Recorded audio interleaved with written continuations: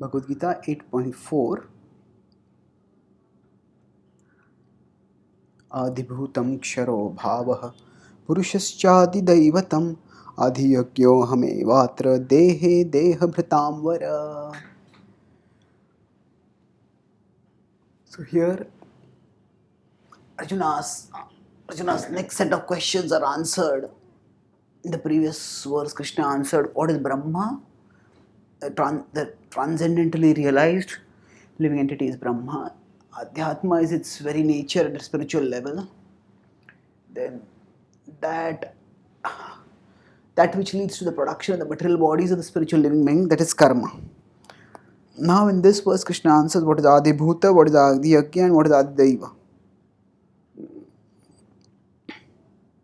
So Adibhutam ksharo bhavaha, Adibhuta ksharo bhavaha. So kshara is that which changes, bhavaha, nature. So Adibhuta is that which has of a changing nature. The word kshara is the opposite of the word akshara, which Krishna used to describe Brahma. Aksharam, Brahma, Paramam, that was 8.3. So here Krishna is contrasting that by saying in 8.4 that Adibhutam ksharo bhavaha. So whereas spirit is characterized by its changelessness, matter is characterized by its constant change. So this is the difference between spirit and matter, and it is a subject for important discussions. What is the nature of reality? What is the best way in which the soul can live true to its spiritual nature? This is a question which needs to be answered. And as long as the soul's consciousness is caught at the material level, the soul doesn't live true to its spiritual nature. Rather, the soul lives according to its material nature, and the soul says caught in material existence. To the extent the soul recognizes that I am a spiritual being, that I need to realize Krishna, I need to attain Krishna, to that extent the soul goes beyond material nature and attains spiritual nature. So here we need to work in our realization of Krishna Bhakti, that we are unchanging. We cannot change the changeability of material nature. But, so when Krishna says that Adibhutam ksharo bhavaha, the material nature is ever changing. So this, we're contrasting with Aksharam Brahma Paramam. This helps us to distance ourselves from our infatuation with material nature and move closer towards realizing our spiritual identity. And now we may wonder, if Krishna is characterizing the Adibhuta as ever changing, then what does it mean Sa Adibhuta Didaivam Mam? So how can Krishna be Adibhuta? That is pointed out in 7.4 when Krishna says that the material nature is his energy. Bhinna me prakriti rashtrada. This is my prakriti, but it is bhinna.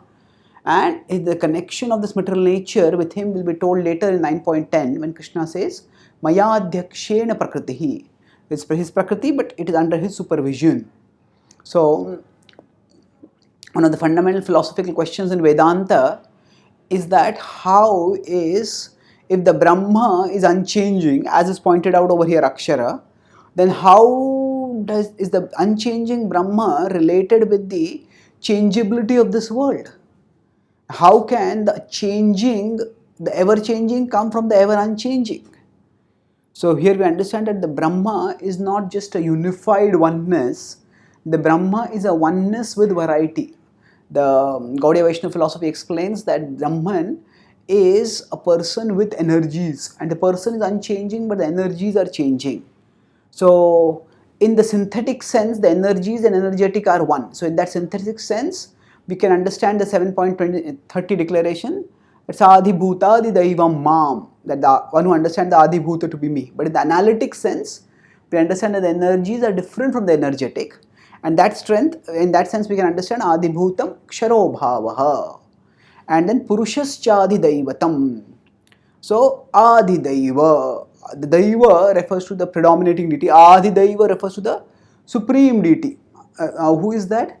Adi is original, Adi is supervising. So here it is Adi Daiva. So the supreme deity is Purusha. Now what is this Purusha? The concept of Purusha will be talked about elaborately in the 13th chapter, when Arjuna will ask specifically what is Purusha and what is Prakriti. And there Krishna will talk about two kinds of Purusha. There is the Anu Purusha and there is the Vibhu Purusha. There is the Purusha who is entangled in material nature and the Purusha who is transcendental to material nature.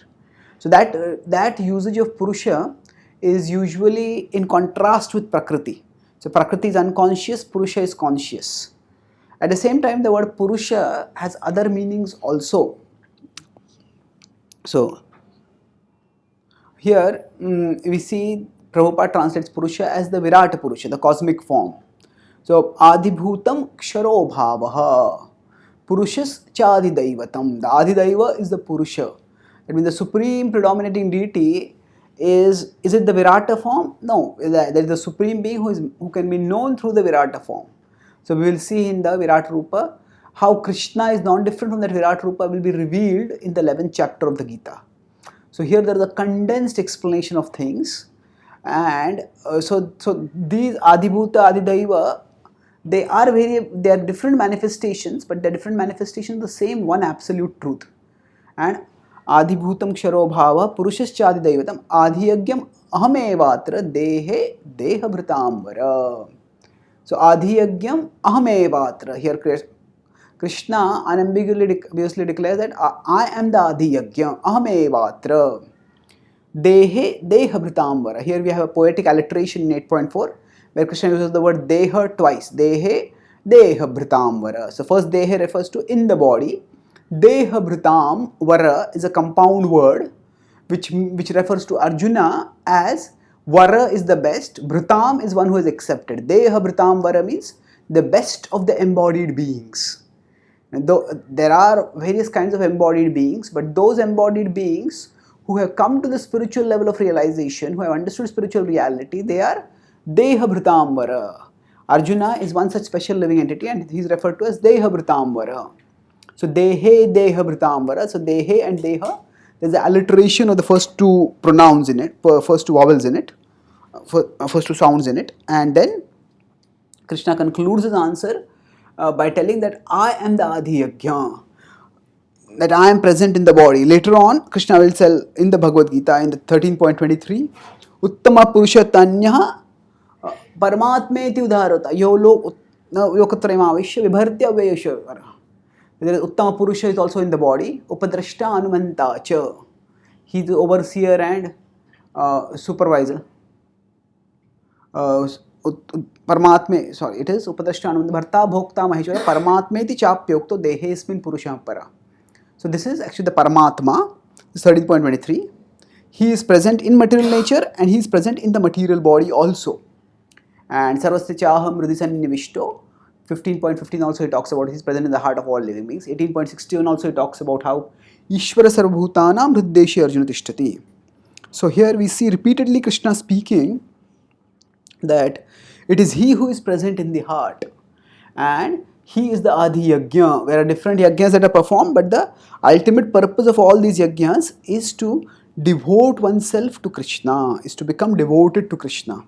And that is the theme of the Bhagavad Gita. Later in 9th chapter, Krishna will tell, Ahami sarva yajnanam bhokta cha prabhureva cha natumam abhijananti tattvena tasya vantite. In 9.24 he will say that only one who understands him to be the Yajneshwar, that person attains perfection. Others do not. So here Krishna has answered Arjuna's 6 for 6 questions. What is Brahma, what is Karma and what is Adhyatma was answered in the third text, and Adhibhuta, Adhisha Daiva and Adhiyagya are answered in this text. And the next text, from the next text onwards, in fact, Krishna will answer Arjuna's question about how can a person remember him at the time of death. that we'll discuss in our future talks. Thank you.